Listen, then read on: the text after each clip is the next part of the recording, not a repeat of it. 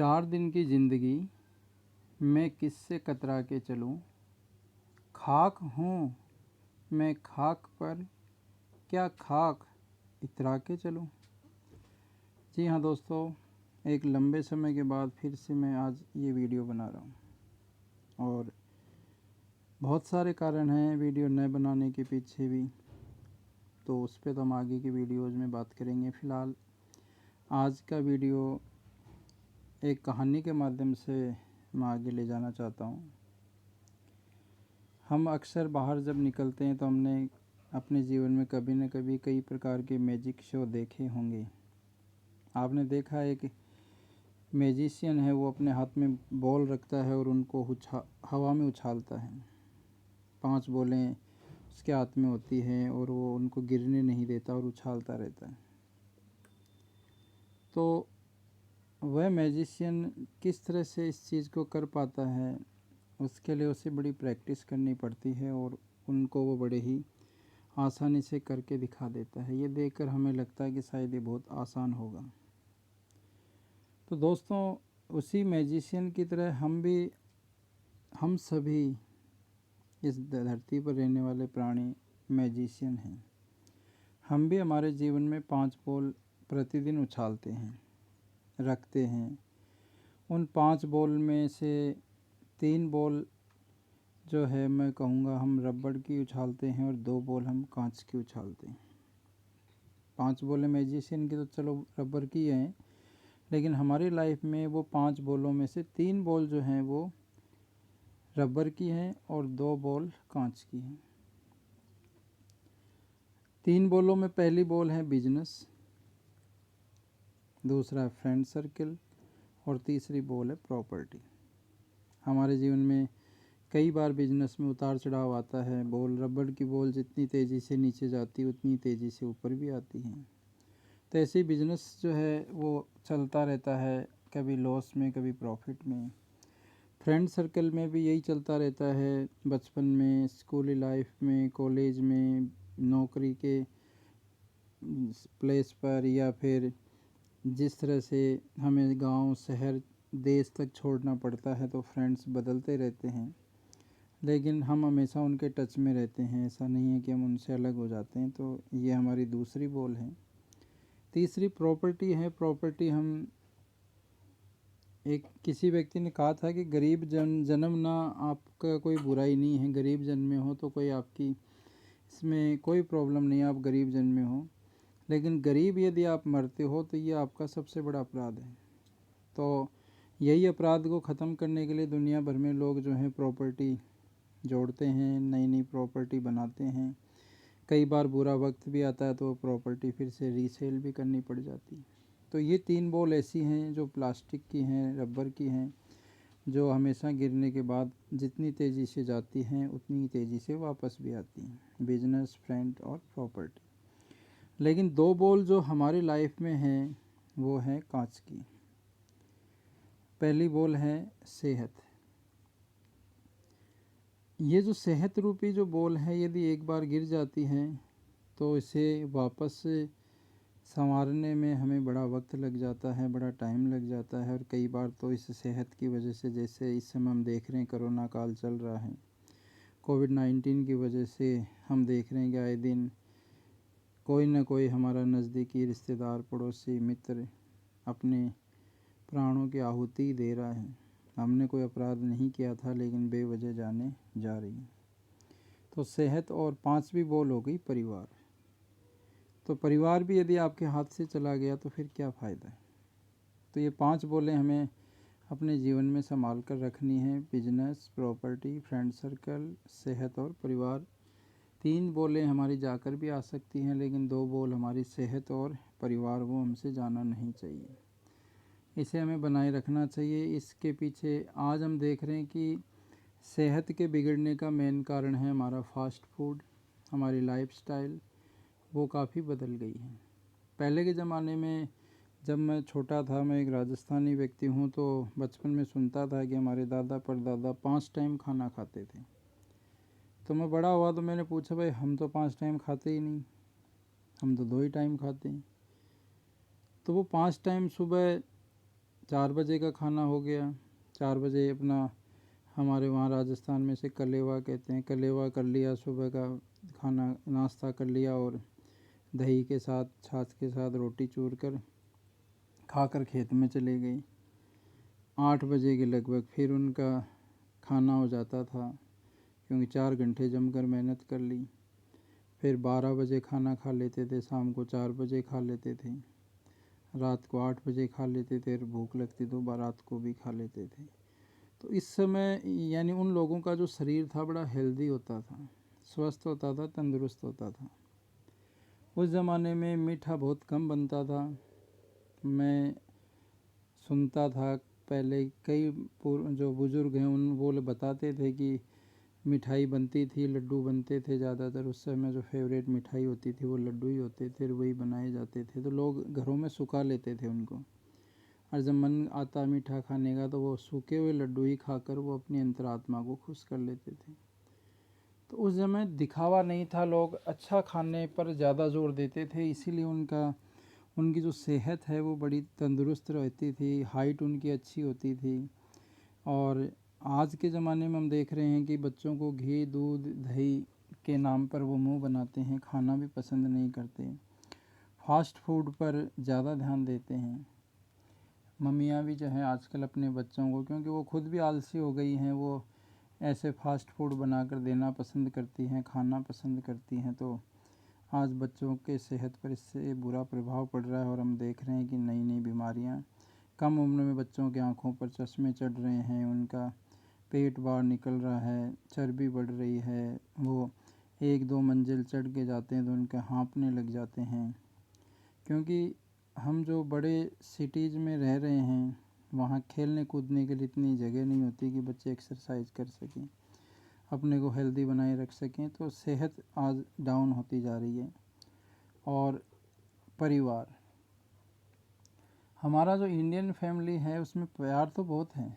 हमारी Indian family में मान लो एक आदमी बीमार पड़ गया तो उसके लिए खिचड़ी बनती है, बड़ा एक बीमार है, खिचड़ी उसके लिए डॉक्टर ने बताई है। लेकिन अब देखो प्यार इतना है कि उस एक के लिए खिचड़ी बनती है तो वो पूरा परिवार खाता है।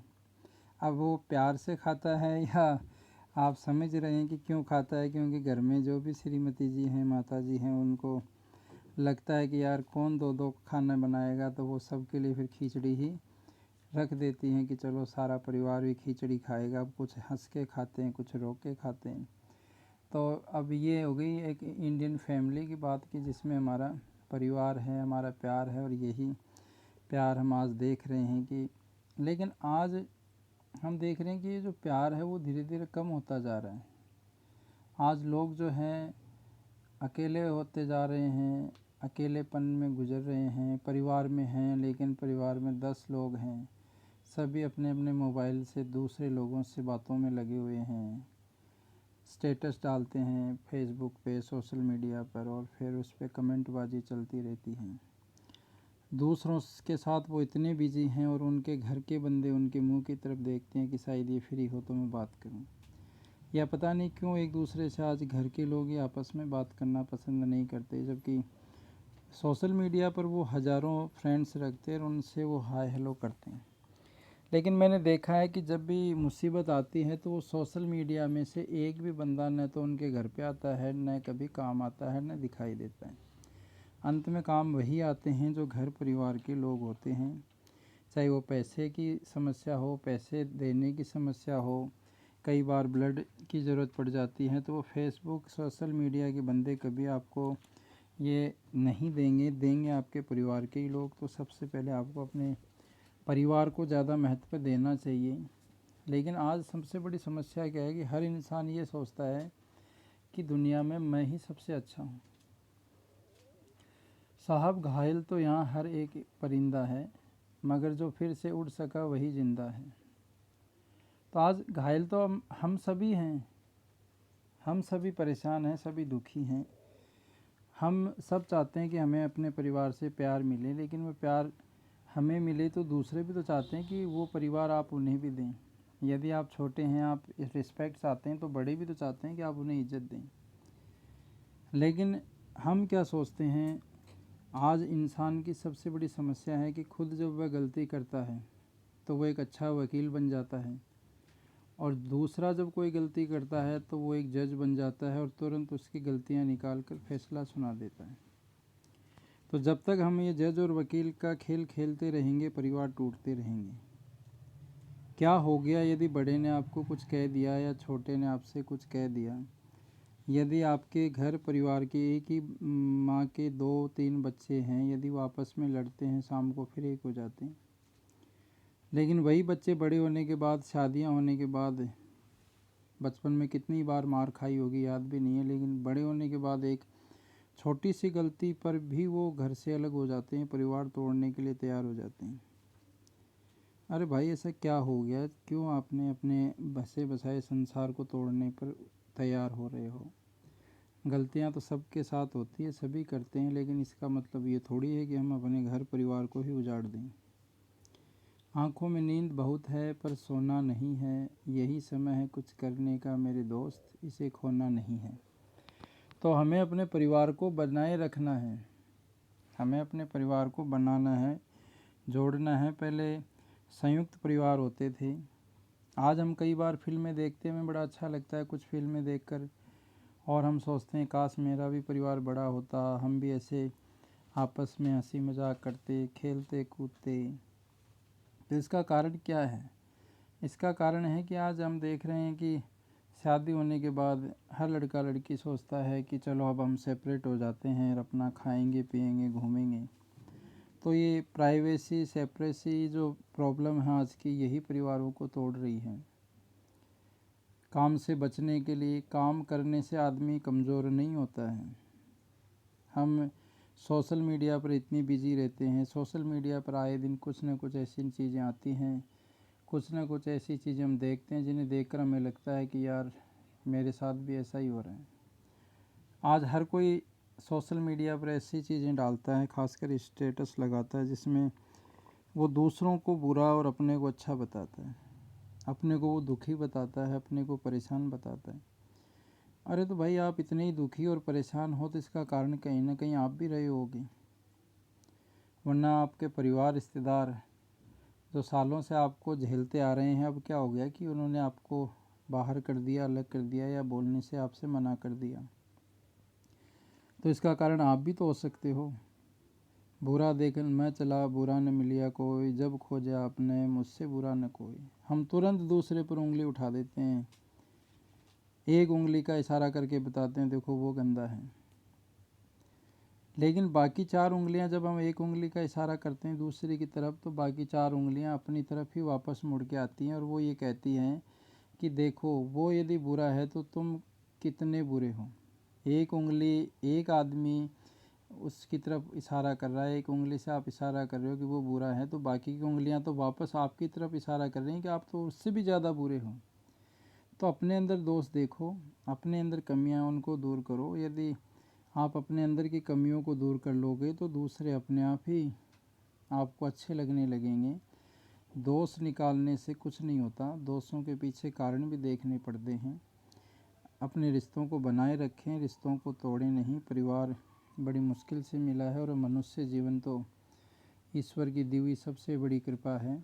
आओ भगवान से दुआ मांगें, ज़िंदगी जीने की अदा मांगें, अपनी खातिर तो बहुत मांगा, आज सबके लिए भला मांगें। तो अपने लिए नहीं तो कम से कम इस दुनिया के लिए तरस खा कर के अपने परिवार को जोड़ें, क्योंकि परिवार ही वह जड़ है जो बच्चों को संस्कार देता है। हम फिल्मों में देखते हैं, हमारी आंखें गीली हो जाती हैं, कई पारिवारिक फिल्में देखते हैं और सोचते हैं कि शायद मेरा परिवार ऐसा नहीं है, मैं आगे ऐसा बनाऊंगा। लेकिन थोड़ी देर बाद छोटी छोटी बातों पर हम लड़ने झगड़ने लग जाते हैं, पर्सनैलिटी का इश्यू बना लेते हैं, मैं पहले क्यों बात करूं, मैं क्यों झुकूं।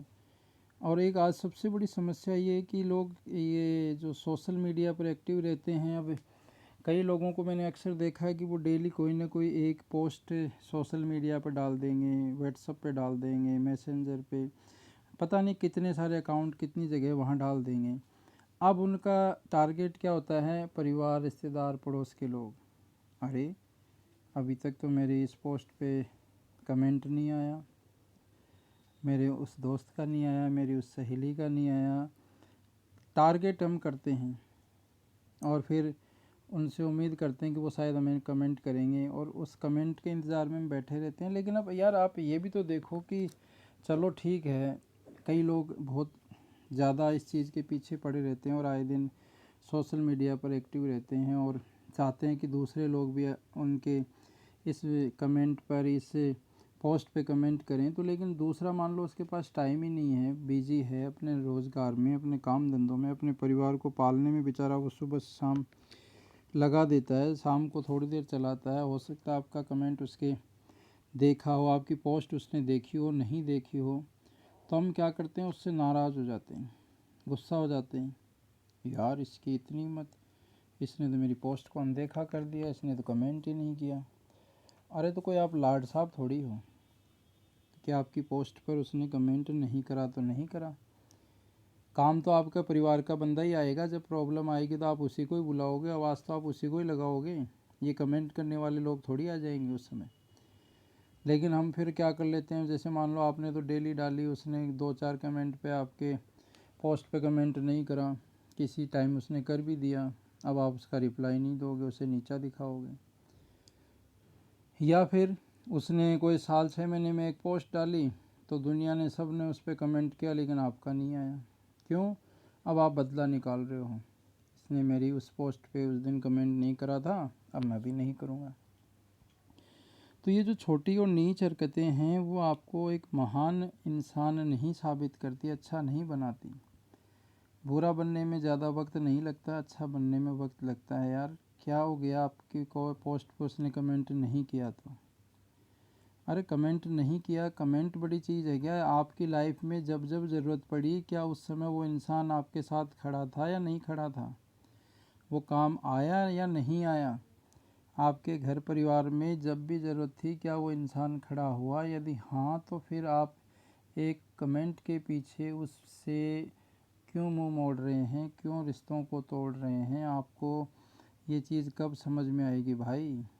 कमेंट में क्या पड़ा है? क्यों इस दिखावे की दुनिया में जी रहे हो? जो पल हैं, हम अच्छे पलों के इंतज़ार में बैठे रहते हैं कि अच्छे पल आएंगे तब हम सेलिब्रेट करेंगे, पता नहीं वो अच्छा पल कब आएगा। हर पल अच्छा होता है, कोई शुभ और अशुभ नहीं होता। ईश्वर ने जो हमें बनाकर भेजा है, जिस घड़ी आप, जिस समय आप इस पृथ्वी पर आए, जन्म हुआ, वह पल सबसे बेस्ट पल था, और जो आप जी रहे हैं वो पल भी सबसे बेस्ट है। क्यों?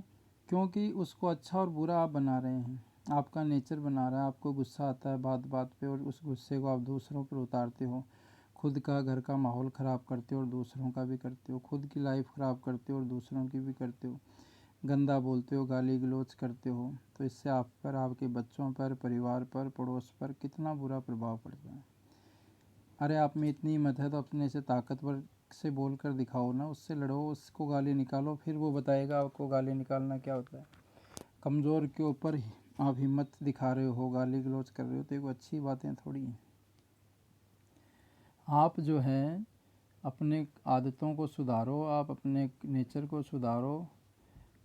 जो चीज़ें आपको पसंद हैं, ज़रूरी तो नहीं वो हर चीज़ आपको मिल जाए, ज़रूरी तो नहीं कि हर चीज़ आपके अनुसार हो, हर चीज़ आपके अनुसार नहीं हो सकती। कुछ चीज़ें को करने के लिए, जैसे यहाँ आप बार बार देख भी रहे हैं कि नज़र और नसीब का रिश्ता भी बहुत अजीब होता है। नज़र को भी वही पसंद आता है जो हमारे नसीब में नहीं होता। तो दुनिया में जो चीज़ होती है अच्छी होती है, सब कुछ क्या आपको मिल जाएगा? जो आपको मिल गया उससे आप संतुष्ट रहें, खुश रहें। आपने एप्पल का कोई नया वर्जन का मोबाइल ख़रीदा है, महीने 2 महीने बाद एप्पल नया वर्जन निकाल देगा। आज आप खुश हो, 2 महीने बाद फिर आप दुखी हो गए, यार ये तो ओल्ड हो गया, मुझे तो नया वर्जन चाहिए। तो नए नए के चक्कर में, दिखावे के चक्कर में क्यों अपनी लाइफ को बर्बाद कर रहे हैं? ये मनुष्य जीवन बार बार नहीं मिलता, इसे धर्म में या फिर किसी दूसरी चीज़ों के द्वारा बर्बाद न करें, अपनी लाइफ को एंजॉय करें। सबसे बड़ी चीज़ है एजुकेशन, शिक्षा प्राप्त करें, खुद शिक्षित हो, अपने बच्चों को शिक्षित करें। शिक्षा के द्वारा ही हम अपने देश को आगे ले जा सकते हैं, धर्म और बाकी संस्कृति के चक्कर में हमें नहीं पड़ना है। तो आज के लिए इतना ही। यदि आपको कोई भी शिकायत या प्रॉब्लम है तो आप कमेंट कर सकते हैं और देखते रहिए। लाइक शेयर सब्सक्राइब कीजिए हमारा यूट्यूब चैनल आदि बाबा, और आने वाले समय में हम और आपके लिए वीडियोज़ लेकर आएंगे। और हम सोच रहे हैं कि कुछ नई चीज़ भी आपके लिए लेकर आएँ। काफ़ी समय से हम गैर हाजिर थे, नहीं बना पाए, इसके लिए सॉरी। और इसी तरह से अपना प्यार विश्वास इस चैनल पर बनाए रखें और ज्ञानवर्धक चीज़ों को प्राप्त करते रहें। और आप किसी भी विषय पर वीडियो बनवाना चाहते हैं तो कमेंट करें। और आपसे रिक्वेस्ट है कि कमेंट कर दिया तो आप कोई राजा जी तो है नहीं कि भाई आपने कमेंट कर दिया और करते ही मैं कोई सर्वेंट नहीं हूँ या कोई जादूगर नहीं हूँ कि तुरंत वीडियो बना के डाल दूँगा। हर व्यक्ति आज के समय में बिजी है, तो जैसे समय मिलेगा आप की बात पर गौर किया जाएगा और उस पर वीडियो बनाकर डाला जाएगा। तो ऐसा ना करें। कई बार कई बच्चे क्या करते हैं, जी मेरा तो परसों पेपर है सर, कल पेपर है सर, मुझे आज बताओ। तो महाराज जब कल पेपर है तो इतने साल या इतने दिन ही नहीं जागे तो अब एक दिन में क्या कर लोगे। तो रिक्वेस्ट है, पेपर हैं तो पेपर की तरह कीजिए। पढ़ने वाले बच्चे हैं तो पेपर से महीने 2 महीने पहले संपर्क कीजिए ताकि आपका समाधान हो। ये जादूगर वाली बात मैं तो मेरे पास है ना, मैं कर सकता ना, इतना टाइम होता है कि आपका कल पेपर है, आज आप मेरे से संपर्क कर रहे हैं, आज ही मैं आपका समाधान कर दूं। ठीक है, तो देखते रहिए, लाइक शेयर सब्सक्राइब कीजिए। और कोरोना काल चल रहा है, घर में रहें, 2 गज की दूरी बनाए रखें, मास्क ज़रूर पहनें, बिना मास्क के किसी से भी बात ना करें, संपर्क में ना आएँ और चीज़ों को ज़्यादा ना छुएं तो फिर सैनिटाइज करें। अपने परिवार की रक्षा करें, अपने हेल्थ की रक्षा करें और अपने देश को इस बीमारी से बाहर निकलने में सहयोग करें। जय हिंद।